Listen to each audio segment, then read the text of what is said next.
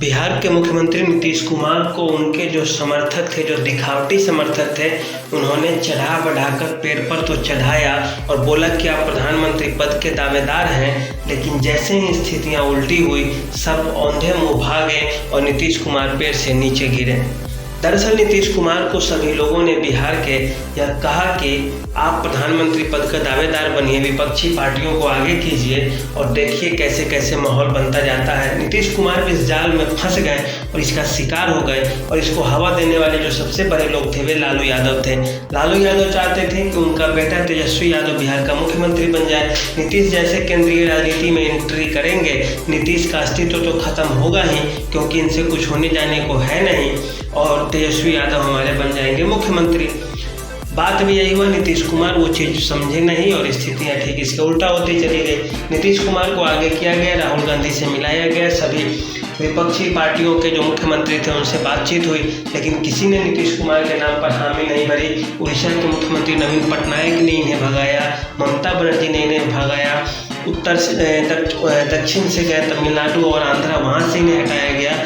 और इसके बाद क्या हुआ कि स्थिति इस तरह से बदली कि अब नीतीश कुमार के पास ऐसी स्थिति हो गई है कि बिहार में उनके पार्टी के आधार नेता कोई इधर तो कोई उधर हो गया है। उनके जीते हुए सांसद और विधायक तक उनकी पार्टी छोड़ रहे हैं। उनका एक हाथ आरसीपी सिंह का जो था वो कट गया है और इस स्थिति में नीतीश कुमार काफ़ी कमज़ोर होते जा रहे हैं। नीतीश कुमार को अब स्थिति समझ में आ रही है कि हम जो नेता है वे भाजपा की तरफ जा रहे हैं तो कुछ राजद की तरफ लगाव रखते हैं, और ऐसी स्थिति में अब नीतीश कुमार खुद को फंसता हुआ दिख रहे हैं। जब कन्वेनर बनाने की बात आई तो लालू यादव ने हामी भरी कि नीतीश कुमार को बनाया जाए, लेकिन जब नीतीश कुमार को पता चला कि विपक्षी पार्टियों में 4-5 कन्वेनर होंगे तो नीतीश कुमार की आंखें खुली और समझ गई कि हमें तो कोई इज्जत दी ही नहीं जा रही है। प्रधानमंत्री पद का चेहरा तो कोई और होगा और कन्वेनर रहने से क्या कोई फ़ायदा तो होना नहीं है, और इस चक्कर में हमारे मुख्यमंत्री पद की कुर्सी चली जाएगी। फिर वहीं पर नीतीश कुमार फिर अपनी उल्टी राजनीति शुरू करते हैं और प्रधानमंत्री नरेंद्र मोदी से मिलने दिल्ली जाते हैं। G20 का जो भोज होता है वहाँ नीतीश कुमार पहुँचते हैं और उसके बाद प्रधानमंत्री से बंद कमरे में भी मुलाकात होती है